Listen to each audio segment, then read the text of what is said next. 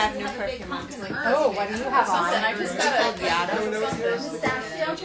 Oh, did she just put that on? She just put that on. Is that what I smell? I think so. Hold on. There. Just want to make sure that I'm on the right Wi-Fi. Karen, you're coming? I know what it smells like. Karen, don't text and drive like a psycho. Oh, maybe. You know what it smells like? Actually, you smell it. It's like a dip of something. I bought from you from your apothecary years ago. I mean, there's definitely jazz. I found it recently. I started wearing it. I'm going to take a photo and send it to you because I bought it after my party years ago. It came, I think there were 4 different. It's fine. I I'm don't. going to send it, and I'm going to say it smells exactly the same. Alright. Smelling bags in my bag. It's just like a whole bunch of like. It smells amazing. Oh, I'm sorry. You're good, you're good. I'm just going to get set up here.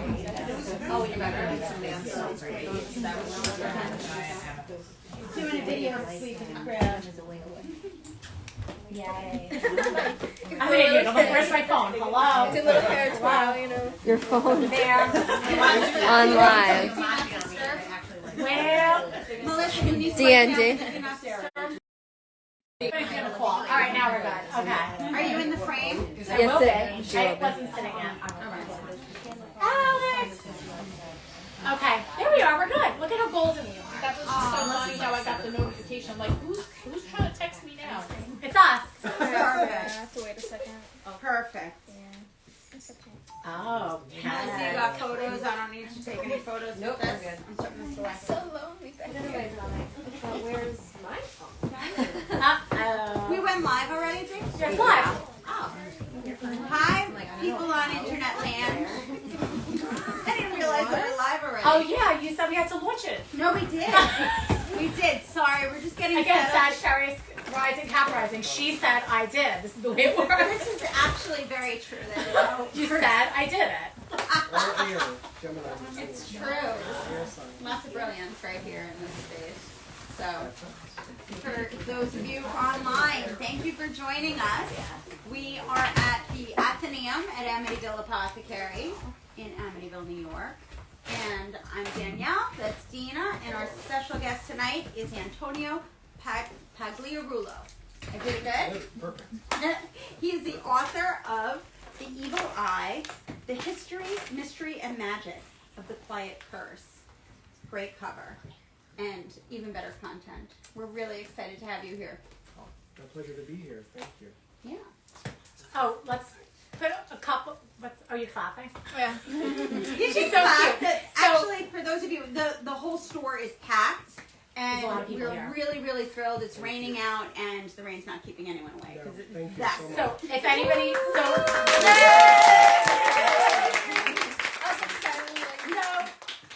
this is we're really excited because the evil eye and having the eye put upon us is like everybody's like something happened. I have been cursed. I have bad energy. It happens all the time. And I'm sure lots of people are going to have questions, so we will have time for questions for you guys that are with us in person. For those of you on Instagram, maybe we could have Alex monitor the comments for us. Yeah. Yay, Alex! And I'm going to represent the non-Italian. Beautiful. Because there's questions that I have that may seem obvious to those of Mediterranean descent where the evil eye is more intuitive or part of your culture. So, like, if you don't mind just starting for us non-Italian, if you can explain, like, what is the evil eye? And what does it mean? And how do you know? So that's a good start. It's a good start, yes. So the evil eye is a negative force that is transmitted through a glance, a look, a stare. And it's, very, very, the concept is extremely old. And I said this before, so I'm going to go into it again. But first of all, thank you all for coming. It's amazing that you all came out into this incredible place. So thank you. So the evil eye, it's a force, it's transmitted through a negative look. And I define it in 3 ways. The first, how do you, it's intentional. Someone just doesn't like you. Someone is jealous. In the evil eye is rooted in envy and jealousy, and there are these 3 ways you can really look at the evil eye. The first, I said, is intentional. Someone is jealous of you, doesn't like you, doesn't know why you have something that they think they should have. Maybe you're living your best life. You have the job, you have the house, you have a good relationship, and they just don't like it. And this happens a lot in life, unfortunately. And it's not always from people you think that are in the past. You know, the friend you had trouble with, the family member you don't speak to, the ex-lover, the ex-boss. It's not only those people. It's who's in your life right now, unfortunately, and that's why you have to look at it. So the intentional way of having the evil eye placed upon you is when people really are jealous and they let you know it.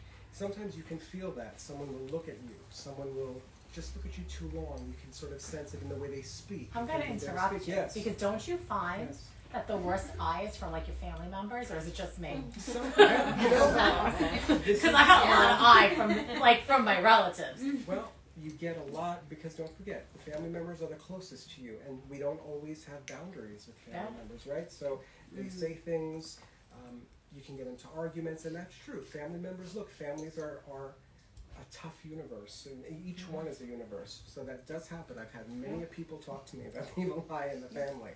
Yeah.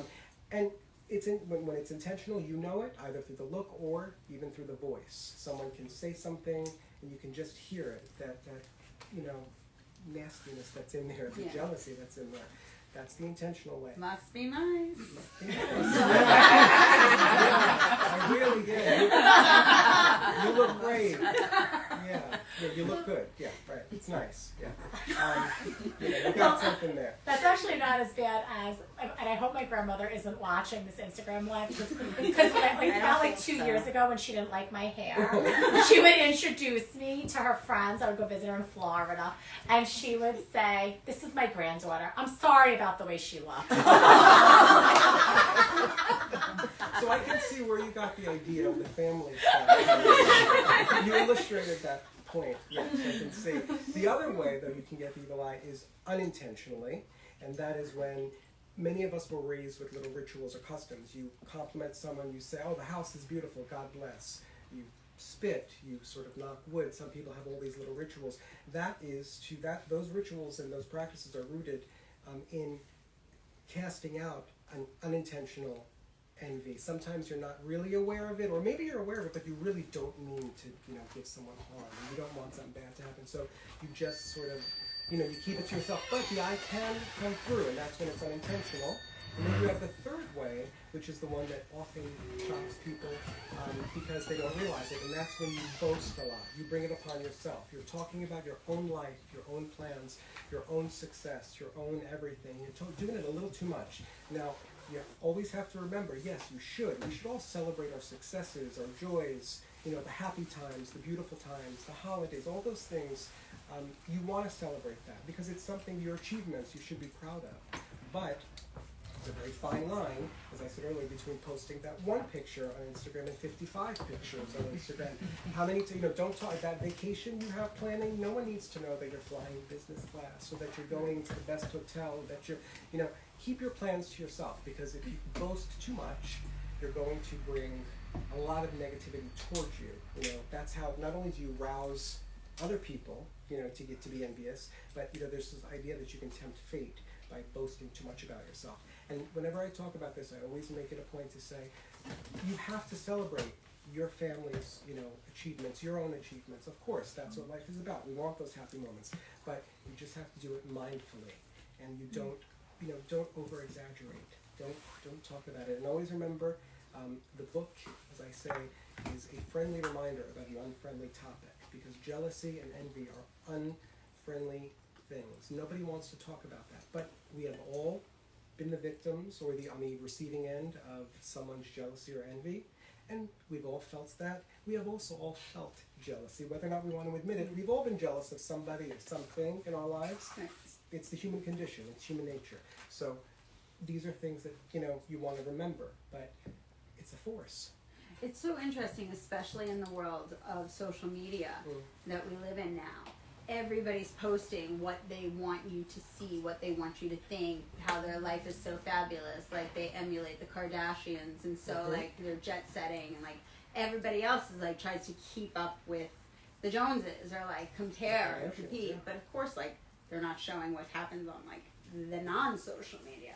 But you know, it's very interesting and it's wise not to be like flashing everything every moment of every vacation. And like it's really words for the wise, because first you're going to draw that attention toward you, but then also draw the envy too.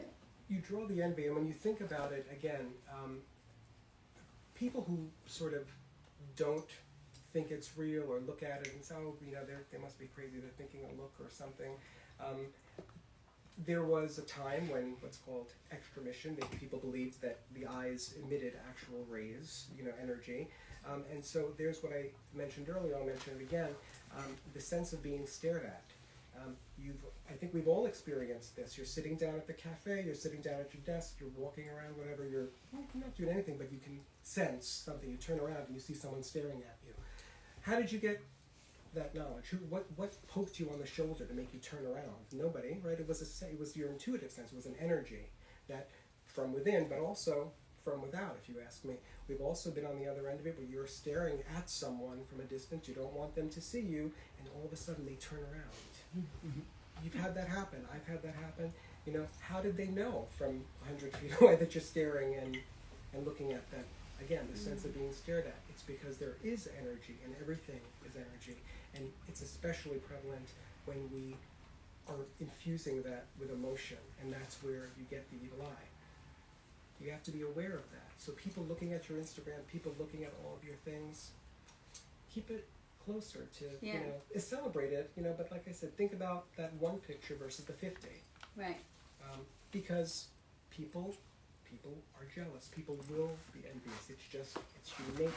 And being aware of the evil eye is incredibly important. So then, how do you protect yourself? Protecting yourself, my other favorite subject. There are many, many ways that you can protect yourself from the evil eye. And you can start with, amulets, okay? Underneath here, you can hear me jingle, you know, because I have a lot of amulets on. And anyone who knows an amulet is going to offer you protection. And it can be, a lot of people think it has to be what the horns or the cornicello or a hamsa or a nazar. It doesn't necessarily have to be. An amulet is what you make it. It's how you're going to charge that amulet. It's the relationship you have with it. Many people, their amulet is a saint metal. Sometimes it's a piece of jewelry that was passed down to them. Sometimes it's a stone, a particular stone or a crystal that you just have an affinity with, or you feel something toward it. Once you charge that amulet, once you bless that amulet, once you make that amulet yours, that's going to protect you from the eye and from negative forces. And something interesting that I love to always mention about amulets, I've had so many times people have come up to me and said, oh no, you're not going to believe what happened to me. My hamsa, you know, I got home and all of a sudden it fell off the chain, it cracked, boom, on the floor. I hung up the, you know, this is on the wall, and it fell and it broke, and oh my God, I'm so upset, or I saw it and it's cracked. That's actually, not saying it's a good thing, but what it is it's doing its job. The amulet took the hit, that's why it cracked, that's why it broke. So when you lose the amulet from around your neck and it cracks and you see it, you got to replace it, of course, but don't forget that your amulet is doing its job. It took the hit, you know, it broke from the wall, it fell down. A lot of people don't think about the amulets in that sense, but they absolutely do their job.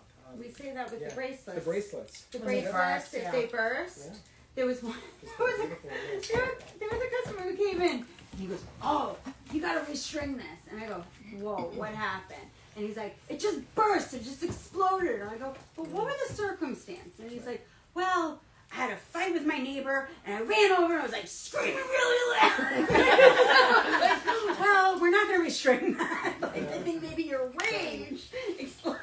Like, it was such a perfect example of what you're talking about. Yeah. Yeah. So the amulets can assist you in that way, and then there are a lot of methods that I write about, but in terms of warding, there are hand signals and hand gestures you can learn to use. I spoke earlier, being Italian, this is a huge, big, the Monocornuta is a very big hand symbol. For some people, you want to do things with a little more maybe ritual. Yes, candle magic, putting salt in the corners of your home. These are some that are very standard things to do. Bay leaves. Carry 2 bay leaves with you at the end of the day. When you're done, you carry those bay leaves around. At the end of the day, light them. Burn away that negative energy that's there. There are so many different things to ward away. And when you're warding the evil eye, that's when you're taking the time to say, you know what, I'm going to put up this symbol, or I'm going to wear this symbol, or I'm going to learn this particular prayer. How many times do we see it, or drive around and you see, in the rearview mirror, something's hanging. You have an amulet hanging from there. It might be a house, it might be a bazaar, it might be a rosary. I got the best one. Which one? I have a chicken foot. Oh! That Michelle made. Michelle made it. And I have a chicken foot that's holding a fluorite crystal. And let me tell you something, when I go to the car wash, woo, they're like, woo, this lady. I want one of those. I love that. Michelle might have Michelle, to. Yeah. They're real. She They're real. what'd you do? You didn't petrify, but she dried them and then she molded them. Wow. They're Treated so them cool. so this way they are. See, that's incredible. That's incredible. So these are all things that you can take. You can take steps to keep the evil eye, at bay. But sometimes it happens that, you can ward, you can wear your amulet, you can do things, and yet it still does come in. You'll feel it in your life, you'll see it in your life, and you wonder, then you get the whole thing, do I have it? That big question everybody always asks. Yeah. Do you have it? This is what's going on, do I have it? And yes, you can learn how to diagnose or detect the evil eye. There's a whole chapter on that here, and that comes from many different areas. I was raised Italian, and the Italians use a lot of oil and water. There are prayers you can say, but oil and water do something in the water that doesn't usually happen when you say a prayer and you're looking for malocchio or the evil eye. So there are different methods to deflect the evil eye. There are different methods to diagnose it, and then there are different methods to banish it from your life. Many different things you can do. People always think it's one thing, or they say, I'm wearing this particular amulet. Nope, there's a lot more to it than that. So, you talked a little bit, but we weren't live yet. What are some of the symptoms that you might experience if somebody is giving you the evil eye? So a lot of physical symptoms, the onset of a sudden headache. You get, your mood changes. You suddenly feel anxious for no reason. Anxiety for no reason, just comes out of nowhere. Where's that from? You begin yawning. Your eyes can start tearing. And of course, you always want to check in with yourself and say, wait a minute, I suddenly got a headache. Did I eat? Is my blood sugar low? You obviously want to be aware of what's going on physically and what you did. But once you realize that it's not, I ate, it's not that, I drank, I don't know why I have this terrible headache, I don't know why. Or maybe you're observing someone. I think we've all been in this situation, I know I certainly have, where maybe it's your friend, your coworker, whoever it is, and suddenly you know who they are. You've maybe been working with them for years or months, but it's not in their character to start all of a sudden sniping, or all of a sudden to, just have this rudeness to them, or to just be sad, or to be, I don't want to be here. I'm just sluggish. I'm tired. I'm sad. These are all things that where the evil eye can manifest. There are more serious things also. I interviewed a lot of people. People have experienced rashes. People have experienced bruising. People have experienced cuts. They've experienced all sorts of things. Also, as I also said earlier, look at what's going on in your life if you think you have the evil eye. Did stuff happen outside? Did you trip going down the stairs? Did you drop 4 plates? Did you drop the knives? Now you do it once or twice, that's normal. But as happened to me recently, when I said, something's going on here, I dropped a plate, I tripped going out of my apartment building, I kind of tripped going into my car and ended up hitting it was a bunch of stuff that is not usual. It doesn't always happen. So you look at these series of things that happen, and it's unusual. And for most of us, even someone who's incredibly klutzy and clumsy like me too. it's unusual. I know when it's normal and it's not. So there are a host of physical symptoms. I do go over those too in the book, and then there are symptoms that you'll see in your life. Even things that, you've got to look at your home. The evil eye in the home, that's a big thing, okay? What are the eyes of your home? The windows. The windows are the eyes of your home. So you notice, cracks. You notice things going on. You have to be aware of that. And people might think you're crazy, people might say things, but once you become aware of it, noticing these little things, and they might seem little at the moment, but that little sort of thing has a big, big impact on your life. So just noticing certain things and being aware of it, that's how you start seeing that energy showing up in your life. And once you can recognize it, you then go on into the other space of learning how to dispel it. And it's fascinating to listen to people and to hear them say, this is what happened to me. And the baby, a lot of times baby crying, and yes, babies cry, of course they cry, but how much is normal for your baby? How much are they crying? How much is, or just look at what's going on around you. Is it normal for you to be feeling that way? Or is it normal for you to be sick for 5 days in a row? So these are all ways that you have to keep your attention focused on it. So then, what are some tips, easy tips for everybody to just immediately start implementing? If you're conversing with someone and you're like, oh, I'm getting the evil eye right now. Like I just learned from you the horns, the horns. So the non-Italian, non-Mediterranean, like the horns is good to know that like blocks it. Right, the monster move, as we call it, you can block it that way. Some simple tips, and I get that question a whole lot. The simplest tips, I always say, not everybody has access to different types of herbs or different types of things. You do if you can come here. They have a whole lot of incredible things. Based on what I saw upstairs, I've got to go shopping after this. But something as simple as keeping salt in your pocket. Something as simple as keeping, basil leaves in your pocket. These things can help you. I said before, bay leaves. Herbal remedies, simple things like that can ward away the evil eye, can keep your energy at a good level. The salt is a big thing, but I always tell people before you start implementing stuff, before you start reaching for the salt, before you start wearing the amulet, before you start getting an incredibly cool keychain. I found out someone has the same keychain as I have here, and he has the same keychain as I do. Before you start doing those things, become aware of what the evil eye is, and become aware of its possibility and how it may manifest in your life. You want to be knowledgeable about it first, because that knowledge is going to help you then take steps to doing it, whether it's for you, whether it's for your children, whether it's for your new house, whether it's for the wedding that's coming up. Every area of life, in every season of life, every life event, you're going to meet people who are going to be envious, or who are, like I said earlier, who are not going to be pleased that you're living your best life, or that you're just happy.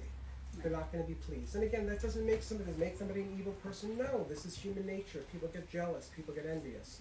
But, it hurts. And before you start implementing those tips, first become aware of what it is. And take a serious look at what's going on in your life. I get a lot of email via my website, and a lot of people have emailed me and said, I have a story to tell you. And they'll tell me things about what's going on, and is this the evil eye? What do you think? First, or they'll say, what should I do? Like immediately they want the first thing. The first thing is to find out what the energy is. What is the eye? Look at it. Read about the history of it. It's not something that just came out of nowhere. It's not something that we sort of made up. It's very, very old, and that's what you want to do first and foremost. After that, you can begin implementing very, very simple remedies. Simple things, the amulets, the tools. Also, I tell people all the time, things you would never think of. There's a part in my book that people have spoken about, and I called it spit to transmit. Okay. People don't think about saliva, for example. Okay. You do a lot of spitting in Greek culture too is a big, Yeah. thing. In southern Italy, you would get a confluence of something, you'd spit. But I write about the historical aspects of what happens in spitting and where it's mentioned, even in the Bible, even things. One of the things that you can do, it's not always spoken about, but it's an old little practice, and it works a lot.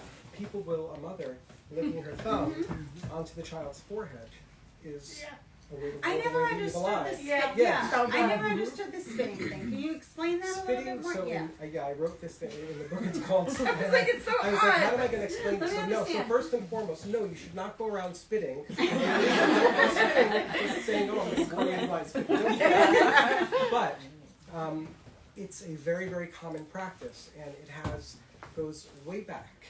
And I talk about in the book where it is you can read about the practices about what was called even fasting spittle. People who fasted for several days, that spit was very, very powerful and considered very, very curative in some cultures and in some faiths. So it comes from, it's been around. I can't tell you exactly. I mean, it's been around for so long. I mean, I envision like the little old grandmothers, like, and like just feisty, and I like her, but I don't know why she's spitting. I interviewed her. She's great. I like She's a great. spitfire, Yeah, but she was a spitfire. I want to, yeah. But if you're doing something in private, I interviewed someone, and she said, well, the first thing we did, she was taught when they bought the new home, the first thing they did, she and the kids, they went and spit on the front door, to ward away evil. This was a practice that she had been taught, and it has, roots. It's Is not it like something that marking people your just territory? It's well, like, spitting your marking. Well, it's not the marking your territory so much, but you're again. It's a way to ward away the evil eye. Just like in parts of Italy, you'll see people who get a compliment and they'll spit. so it's Not banishing. necessarily- It's banishing it's any banishing- bad vibes. It's banishing coming out. vibes, but I'm not saying that someone's going to say, "Oh, hey, how are you?" Spit, and you're going to turn around and spit. That's not what I mean. I mean, sometimes in the privacy, people will turn around and remember that, and they'll say, "Oh, I met someone new," or maybe they said something like that. And the practice of spitting, of doing that, does ward away the evil eye, and that goes back to the saliva. And it has a lot. I mean, I could write a whole book on something like saliva, and its roots about the evil eye, because it's so fascinating to me. But that's an example of something that you can do when you don't have necessarily the herbs or the candles or something right within arm's reach. Because your body, just like your body is technically, if you stretch your arms out, your body is a pentacle. Your body is also an amulet. If you learn to use it in that sense, you learn how to use gestures in that sense. You learn how to use your own eyes, not only to detect people who are looking at you, but in some ways, sometimes you're going to give somebody the evil eye, or you're going to look at things, and you're going to look at it, and you're going to see it in a different way. So if that makes sense. The message that I just keep hearing in my mind's eye, like, thou shalt not covet. Which I mean, is like, that's the which I write about. commandment, right? Like, Yeah. that's thou shalt not covet. So when people not covet. find themselves desiring what you have and feeling envious, they inadvertently, essentially, are giving the eye. Are given, and many scholars in this Interesting. room believe that commandment is a reference to the evil eye. This is fascinating. I love So it this. has a long, very, very long history, but I'm glad you brought up the commandment because I write about it and I thought that was one of the most fascinating things as well. Thou shalt not covet, Yeah. simply. Very What does cool. that say to you? Yeah. Jealousy, envy. Wow. That's how it goes.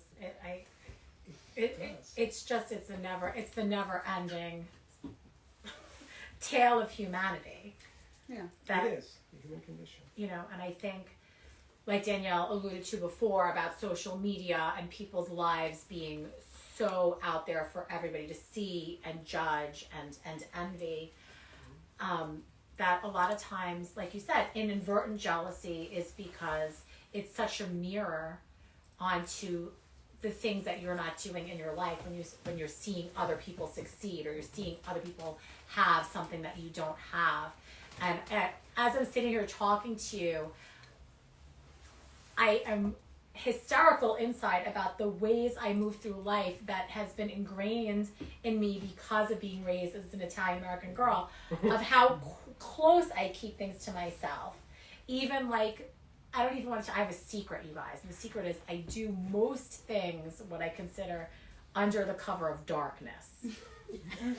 Okay?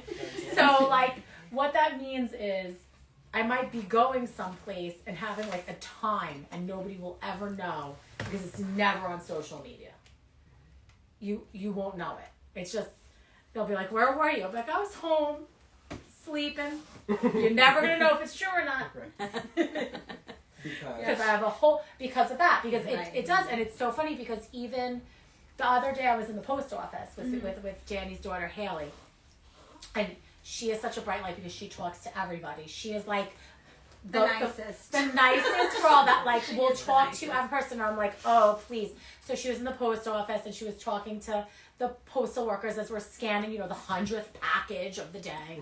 And she's like, oh, yeah, that's one of my bosses over there. At the other end of the, so we're at opposite ends of the counter. She goes, yeah, she's like a big deal on TikTok. And I'm like, no. No. She's like, no, I'm not. Nope. So funny. I'm like, shh. Tell anybody. She's young. I'll be minding my own business, want my mail scans. Exactly. So now that you know the eye, if the eye comes, it's coming from the post office. Damn postal worker. But you're raised to keep things quiet. Yeah, no, for that reason. But it wasn't even something that was explained. Like we keep it quiet because it was just you kept it under the wraps. Right. The toy, my bike, I was 12 years old. And I got one of my new bikes that I had gotten over the years, and my grandfather said, it's great, be careful when you gave me all the safety talks, be careful. And then it was the most, don't talk about it. Try to, just make sure it doesn't look too new. Don't tell your other friends you got it recently. Don't tell them you got it as a gift. Don't do this, don't do that. Because what happens? Someone's going to give you the eye. The jealousy of that is going to have the eye on it. And this was constantly growing up. This is the thing about keeping it quiet, because someone's going to look at you or look at the situation, the circumstance, and be jealous. And that was all you needed. And from a lot of good stuff and good feelings and good experiences, what comes from that? And, something negative is going to come out of that. That too is ingrained in it. I think if it's too much good. Someone's going to steal that bike. Steal it, or Right. or enough jealousy is going to turn it around. Something Very else is going to happen. Yeah. For sure. Serious. What about the use of olive oil? Because I know it's very regional, these practices, which I love because it's like where it's all derived from. So is there any sort of like anointing practices using olive oil or we talked about herbs. Yeah. So I give in the book, I talk about before you begin on sort of this journey, if you're going to learn about evil eye magic or you're going to learn about the evil eye and you want to learn how to diagnose it or detect it or cast it out, I suggest a blessing of the hands that's there. But when you're learning how to diagnose the evil eye, in Italian culture, oil and water is how you learn, is how you see if the eye is present. And it starts with, you fill your plate with water, and there's usually a prayer that has either been handed down to you or a prayer that you can learn. I have prayers that I've included in the book. And once you recite the prayer to yourself and you're doing it for a specific person, you will drop olive oil into the water. Now what happens when everybody knows what happens, oil and water. You drop the olive oil into the water, it's like forms this other layer and that you could see it. It's like just hanging around there. That's, there's a scientific word for it that I can't think of right now. But so the oil just, hangs out there. You could see it. When you are doing the detecting ritual to find out if you have malocchio or the evil eye, as we say in Italian, you will drop the oil and you will absolutely see it. You will see it will vanish. Okay, that's one of the first signs of immediately it's there. You'll see it. You'll see that drop of oil vanish. You'll see the second drop of oil might also vanish. And the first time you do it, or you see it, it takes you because you're like, oh wait, what was in that, dish? What did you put in there? That wasn't water. That was some sort of trick. No, it's not. It's the practice that you're doing. When you're praying, you're doing this thing. You're changing the energy of what's happening there. So the effects are different. And you will see the olive oil disappear, or you will see that olive oil, that drop or those drops of olive oil, absolutely, they will disperse, they will form shapes, and then they will eventually disappear. And so you will see when the eye is present and when it is not. And if they hang out there and just sort of sit as they do, you'll know that no, it's not. There's no evil eye present. So that's one of the ways I'm gonna in try Italian culture. Yep, you can see the prayers in the book, and there are different variations of it, different prayers for it. But it's not the only way. There are also ways in which you can use, again, herbs you can tie up and, see what happens with the scent. There's, you can do it with an egg. There are many different ways you can tell, but specifically the olive oil, that is one of the most popular ways, and that's certainly the way I was taught with the olive oil in the water and seeing that the drops absolutely disappear. And you will see it. You can see it. What's the practice with the egg? There's one here that I was, that's called naming, excuse me, naming the egg. This is the time the allergies for me start, so pardon me, I'm sorry if I cough. Someone takes an egg, and basically they'll ask you, and they'll write names or something on, who might have given you the evil eye today. You think you have it, who might have given it to you? Maybe you'll write down someone's name, someone else's name, someone else's name, and you put the egg and maybe a nickel or something in, and you sort of turn it over the person's head, and when you take the egg out, you'll see that where it's chipped or where it's broken, you'll see that that's usually over the person's name who gave you the eye. Also, something interesting about eggs, I don't know if it's ever happened to people, if you've ever seen an egg that's, bloody, an egg that's bloody, yeah, really, really potent sign of something, of energy that's gone awry in your life. But the egg ritual that I veered off course for a second, but the egg ritual that's in here is a fascinating one. And I encourage you, I encourage anyone to really look at that one too. This is cool. Because it's very cool, and people get very, very surprised by what they see or what's written. Yeah, it's fascinating. Oh, we're gonna have fun with this. we have to go to Costco. 36 kind of eggs. And we got like a long list of people that we have to figure out. I'm just saying. Starting off with the postal worker. Does anybody in the audience have a specific question? Oh, right here. I do. What's the purpose, or how does the salt work, and how much do you put, and where do you put it? So salt, has been, cleansing sort of agent, energetically for such a long time. And salt, it's the earth, and it neutralizes energy, it cleanses. And if you just want to do something simple, you do a simplest ritual. Okay, you can sprinkle salt. Say your home is maybe, you got bad, people are fighting, everyone's fighting. It wasn't like this last week.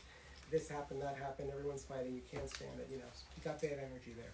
You sprinkle salt in your living room, the corners here and there. Maybe you're going to wait a little bit, you're going to say a prayer, maybe you're going to meditate, you're going to think about it, and then you begin and you can sweep it out the door, so it's cleansing the entire floor.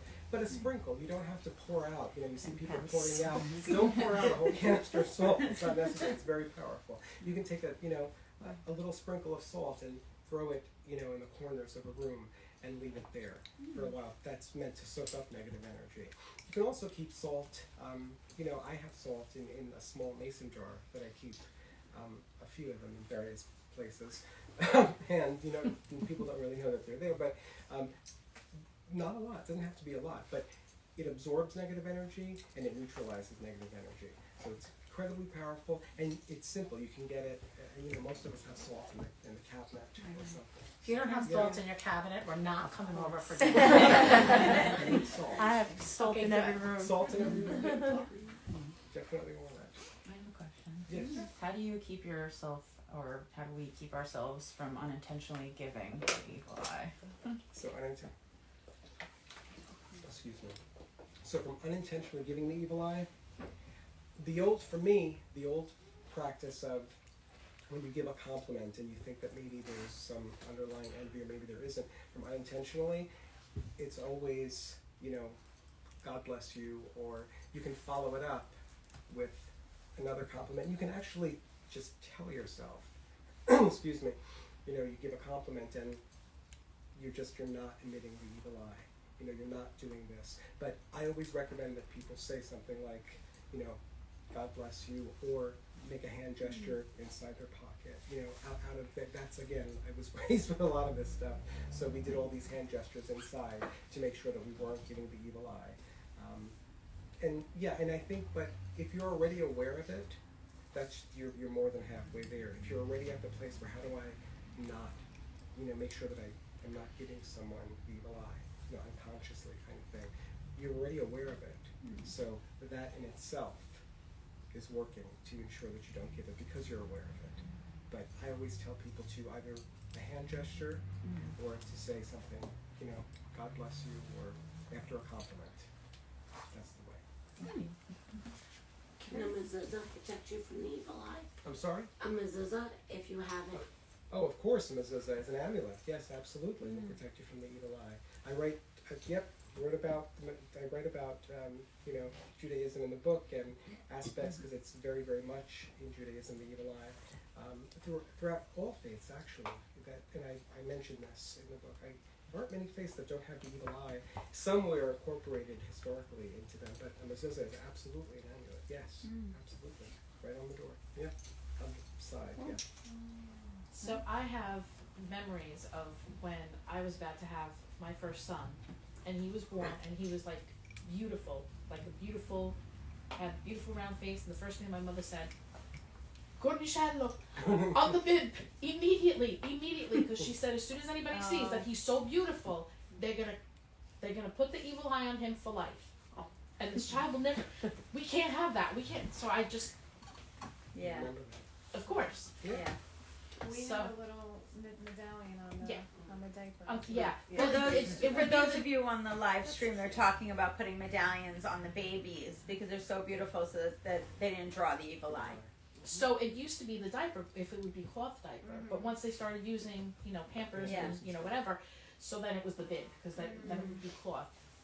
And always did that. And it was also, you would do it, or people would do it right before the baptism or something. They would do it so that sometimes it was the priest didn't care, depending upon, sometimes the priest would care and say, no, you can't do it, but people would pin. And I actually write about this amulet with the safety pin and how to make one in this book with a certain saint medal and a cornicella is on, you know.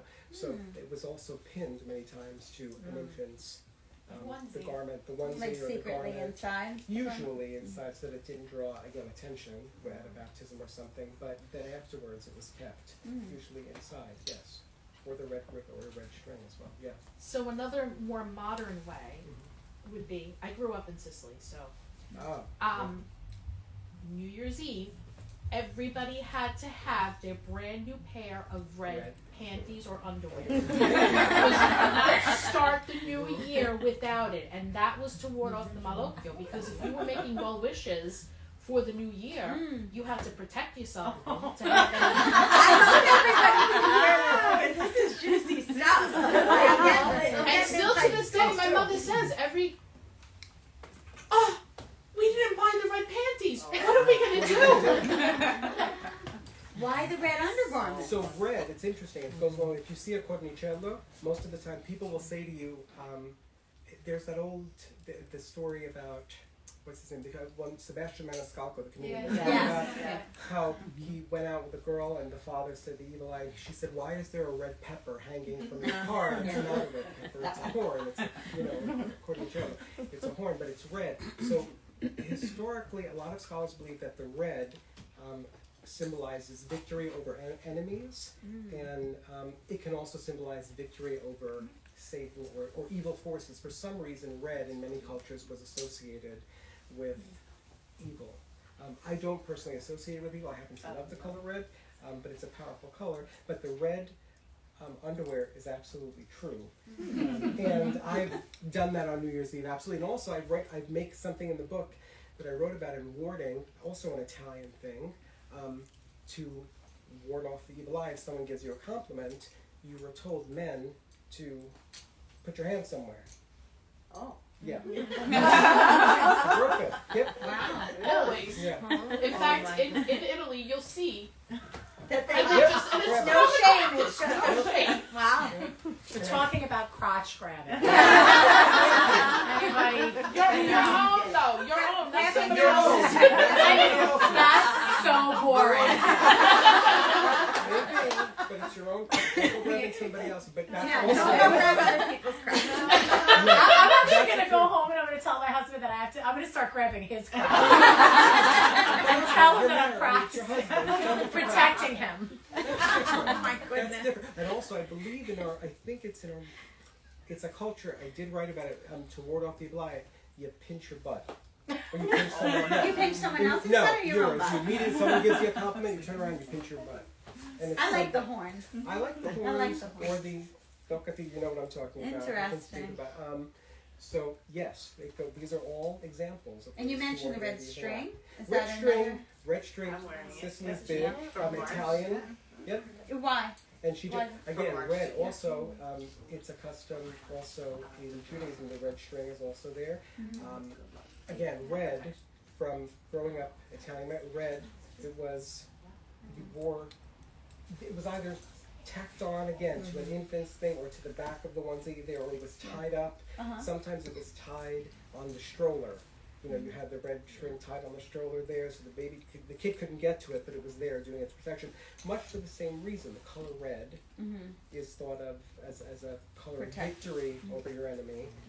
And also there were so many, every time I spoke to or interviewed someone from a particular culture, they would tell me, you know, did you know about this, or did you know about that? And no, there are many aspects even of Italian culture, of course, and Italian folk magic and things.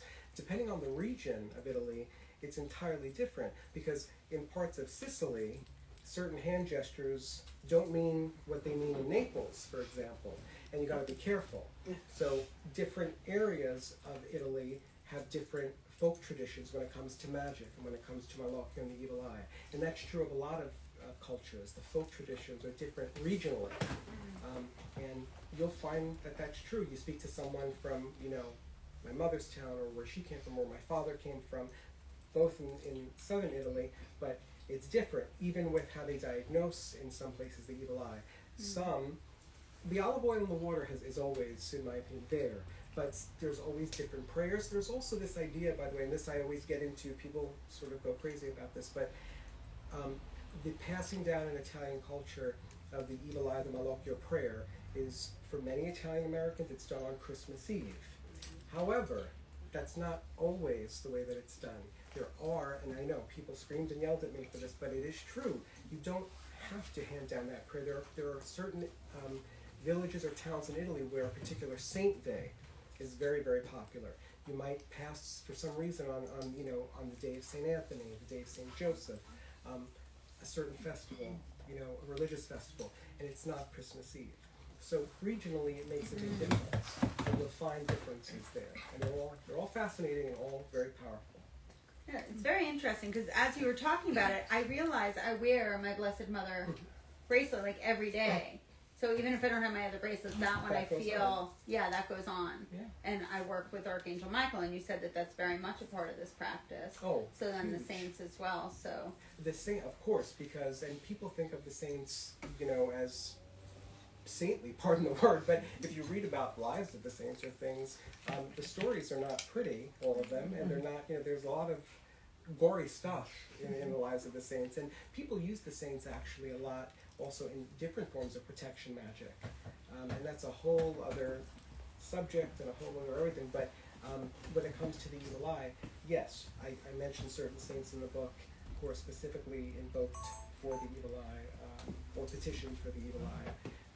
And many people have told me that they'll wear that saint medal that they received, it never comes off.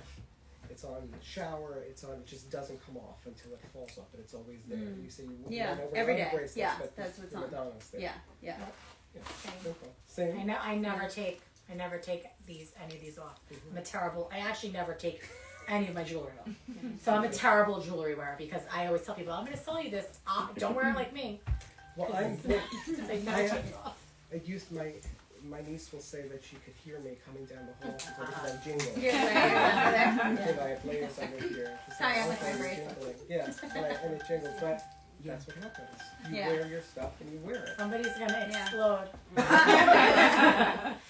See, I got my beautiful Have bracelet. there been any online questions? No from the audience? questions. I think Michelle had a question too. There was one about the red string, but you had covered that. Somebody said, my family did not believe in baby showers. I'm Italian, only gave gifts after the baby was We born. were just talking about that. We had a whole And then- about. Totally, I write about that Yeah. in the book. Nope, baby showers were a frightening concept. I remember the Yeah. first time my mother saw an invitation to a baby shower, and she was like, "What is this?" No, and yeah, it's you don't celebrate or do that until the baby's born. Yeah, there's a whole big thing, and that all relates to Yeah. the evil eye. Yeah. All grounded in evil eye. Who's gonna put the eye on you? Yeah, grew up the same way. That baby showers. Similar in Poland, another old way of doing things, which is not to set up the nursery until after the baby was born. We spoke about Jewish religion. Did you have a nothing question, in the Michelle? house. nothing in the house in Jewish. Nothing in the house until the baby's born. Like you could get baby gifts, but you don't set up the room. You don't bring, well, the crib we set up. I set up, but we don't bring anything in the house for the baby until they're born and healthy. And my 10-year-old over there, red is his favorite color, and he's the most chill kid. There you go. He's got like such an even demeanor. So when you were talking about red, that's his favorite color. So, There you go. I love that. It's like, thanks for embarrassing me. That's Michelle's question. So you were speaking about like learning about the evil eye. So is it the awareness or the lack thereof of receiving it that would feed it? Does that make sense? I don't know if I my think question. it does make sense. I know what you're saying. I think what makes you susceptible to it, you mean, sort of? Yeah, like if you're aware of it, instead of feeding into it, and like you know, if you're clumsy, you keep like the bad things keep happening. Like how could you is it like more of like an awareness and a mindset of like I'm gonna block it out and I'm gonna change? Like I Yes, don't know I if think I understand what you're saying. And if you're aware of it, you're able to then take steps more proactively to say, wait a minute, I'm aware of, I felt something intuitively, I felt something, a bad energy, I felt, or I heard the way that person said something to me, or I didn't like that look. When you're aware of it, you can name it, you know what it is. You can say, you know what, I think that person's, giving me my love here, giving me the evil eye. And then that I think kind that awareness sends it back to sender. gives you the knowledge to deflect it, or to, in that moment even, you're looking at it, you're naming it, you're knowing what it is, as opposed to not being aware of it. Just that's so many people who I've spoken to who still, who email me or contact me will say, I never heard of that before I saw your book. Now I'm aware of it, but I have, it always comes with stories to tell you. When I tell you what happened, someone gave me a look, and this is what happened thereafter. But being aware of it, I think, makes you, puts you in just a stronger position, because knowledge in that sense is power. And when you're aware of it, you can just go about taking the steps to deflect it very quickly in that moment, which is important. So I have a glass evil eye that as soon as you walk into my apartment, it's right there. So would you recommend that people have like an evil eye on display in their home as an added protection? Is that just... Oh, sure. I mean, people have now, I've seen backsplashes that people have of Nazaras, and when we say the evil eye, a lot of people say my evil eye jewelry, and we all Right. say that. What we're talking about, this is the Nazar, and it looks like the eye, the blue eye. That's called the Nazar, and a lot of people say, oh, I'm putting on my evil eye. Well, you're actually putting on the Nazar. So a common practice is you walk into someone's home, you might see a mirror right away. That's a common practice in many cultures, because as soon as you come into the home, if someone has bad thoughts or envy or whatever, it's being reflected back on them. It's going back out. Always You by the door. open the door, Always by and the it's door. going out. So there's a reason for having I like that. something glass Yeah. or an amulet. So in the house, I particularly recommend them when you first walk in. If you can't do that, that's fine. Just find a place where you can hang an amulet anywhere. And you can also, and again, I discussed that you can also have amulets that people don't know about. One of my favorites is having an amulet. I made just a drawing of Mona Cornuta, and you can put it underneath the welcome mat. If you put it underneath the welcome mat, what happens as soon as somebody walks into your home? They're stepping on a welcome mat or that front doormat, any negative energy that they're doing is, neutralized before they come into your home. These are small steps you can take, but they have a really big impact when it comes to energy. And remember, energy can't be destroyed, it can just change form. So it's always there, and that's why working with it and being aware of it, same thing. So if you can find some place to hang up an amulet, yes. There are also other ways you can arrange things. You can arrange other objects to form amulets in your home. You have people coming over, and maybe you can form what's called a nazar plate, and that's going to deflect the evil eye. And it's not necessarily an amulet that you're going to hang up. You're going to create it right there, right before people come into the house, before a dinner party, before a welcoming party, something like that. So yes, that's very important. The home, huge. Yeah. Huge for the eye. Cool. What about brooms? Like I have a besom broom also hanging? The hanging of the broom, more importantly, yes. Because you sweep out bad energy, right? You sweep out. Brooms are incredibly important. A lot of people don't think about that. And I'm so happy you brought it up because a lot of people don't think of the broom. It's like, oh, well, it's a broom. But an incredibly powerful tool when you're cleaning up, not only, physically cleaning up your home, getting the stuff off the floor and the cobwebs and all that, but you're also energetically sweeping away things. That also goes back to Italian. If you think about the story of La Befana, what does she do? She sweeps out the old when she comes back in January, and she makes room for the new. You can do that practice of using the broom, the besom broom, and you can sweep out that negative energy, and you go from room to room, you sweep it out, and you use your, what is your intention? You're sweeping out the negativity, you're sweeping out the evil eye, malocchio, anything like that. The broom, incredibly powerful, as its own tool and as its own amulet. Yeah. Yeah, people Absolutely. sprinkle herbs and then they sweep that. And sweep them out. Yeah. Antonio, I wanted to ask you something else because it's a tradition. I don't know if it's just my town or not, but anytime that you're moving into a home that's new to you, you have to have a new broom, you have to have salt, and you have to have fresh fish that you're frying on the premises the first night that you're there. And all of those are literally to sweep out, but it has to be a new broom. Okay. So that you're not carrying in any bad energy. This is my problem. But also, the fried fish has like a big, but it's all to ward off malocchio and to keep the evil intentions of calling in evil spirits as well. Why so the I don't fish? know Why the fish of it? Because I've heard of the broom. I've heard of the broom, but the frying of the fish, and that's here. It might be the frying of the fish is because the thought is that anywhere you go, you're going to have spirits, ghosts and spirits that are there. So there are il padrone della casa, it would be how it would be referred to. So basically there are ghosts or spirits that are the owners of the house. So you want to say to them, I'm grateful to you to allow me to be in this space. Here's dinner for you. I'm offering you the best catch. I'm offering you, and it's rich because fried food are rich. And I'm sharing this with you It's very Mediterranean. to please protect my home, protect me, because now I'm being amicable to you and I'm grateful to you. So you're showing gratitude. And they were there first. Right. This And is they're staying fascinating. there, probably. Right? Yeah. They're staying there. And you want to Well, because you're assuming that they're gonna, they're going to watch over Yeah. you want to You want them to like you. That's fascinating. See, that is so fascinating. Here's some fish. You eat it with them. You eat with them. You leave a plate You come on in. the table overnight. But isn't it ironic though, and you mentioned this in your book, this is what I wanted to say. I love the part that you mentioned because I grew up Greek, I'm Greek American, and most Greeks are so afraid of the Mati evil, like it's paranoid, like it's almost paranoia in my eyes, it gets me paranoid, and the fact that it's all throughout the Bible, and it's like these people go to church and they read about it, and I'm like, don't you understand that's a spell? Don't you understand like that is like what you're doing right now is it's invoking, you know what I mean? And it had no clue that that's exactly, the Bible is like a witch's dream, like seriously, people don't think of it that way, but the saging, the everything, the herbs, everything. But on the second note, I want to ask you, growing up Greek American, my parents didn't believe in the evil eye, but the rest of our community did. So our family was always like your daughter, hi, good morning, you know, like, you look so beautiful today. I love your glasses, and you know, all this stuff.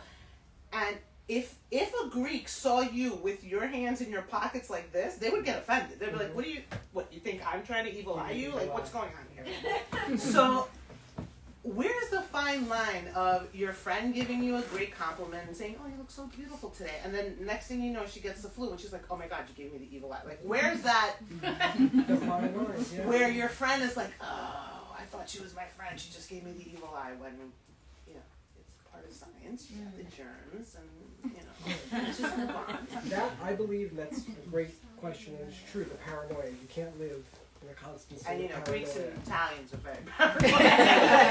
Very paranoid. Is every compliment something? It's much. Every compliment, you know, It's a little bit. Yeah. A little bit. Yeah. Everything. What does he want? What does she Is that want? true? My whole family. Kidding me? The fine line, I believe, comes with, again, the awareness of it and the practice of learning about it, and the practice of seeing, do I have the evil eye? Am I recognizing what's happening in my life? Am I recognizing what's happening in my body? Am I doing the rituals that are here to, you know, detect whether or not I have the evil eye? Once you get into it and you recognize it more, you can even recognize, this is something that I always say, when you, whether you're a magical practitioner or not, if you hone a certain, your instinct, you get the intuitive vibe about things. And oftentimes the intuition is what will tell you more than before the flu hits. You know what I'm saying? Right. Before that compliment, as soon as that compliment comes in, your intuition is going to give you that sense, the ding. You're going to feel it. And that comes from practice. That comes from meditation. That comes from, you know, using the earth, using the amulet, using the salt, doing those practices and those rituals. Not, you don't do things fanatically, but just work them into your life. Make it, even if you start, make it a monthly thing to sweep out your home, to use salt, to do that. Maybe make it every morning when you put on your particular amulet. You know, maybe you're gonna thank somebody. Maybe you're gonna, you know, say a quick prayer to one. So I think the fine line is something that you absolutely learn through intuition, because it awakens within you. And that compliment, you're not gonna have to wait to see. You're not even gonna, you know, when you get the flu 2 days later, whatever it is, it's not even gonna get to that point. Long before, like within seconds of that compliment, you're gonna know whether or not, you're gonna feel it. And that's gonna lead you to, you know what, let me take the steps. Let me take out the oil and water, or let me take out the egg, or let me do this, or let me go back to, you know, the salt or the rituals that I've learned. So I think the fine line just comes with the awareness and the practice. And it is a practice. But yes, a very good question. You don't want to live, you want to live with knowledge and awareness, but not with, you know. But also, if you're a genuinely nice person that compliments, or like your daughter, she talks to people and everything like that, like she might be like, all of a sudden they might think, oh, that little girl just gave me the evil eye. Like, you know, but she did it. She's actually our secret weapon. What would they say in Italian? Someone would say about the kid, if somebody looked at you with a broken glance, sort of thing. You know, that was bad. Yeah. So it's Yeah. it's Time flies. time, Yeah, we've been all chatting for an hour. We could talk for another 3, but the most important thing is we have dinner reservations. Well, at an Italian restaurant. Yeah, so we can't be late for that. Guys, I encourage you all to get this book. We So sell it good. online. We sell it here in the shop. We are going to have Antonio sign them before we go to the restaurant. And this will be saved as well. So you can watch this and get the tips and then learn how to do it through this book. I know I learned so much tonight. So thank you so much. This is really exciting.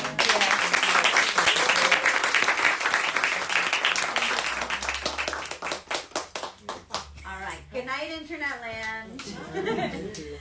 If somebody can come over and turn that off, that would be wonderful. Yeah, if you want your book signed, Antonio is able to do that.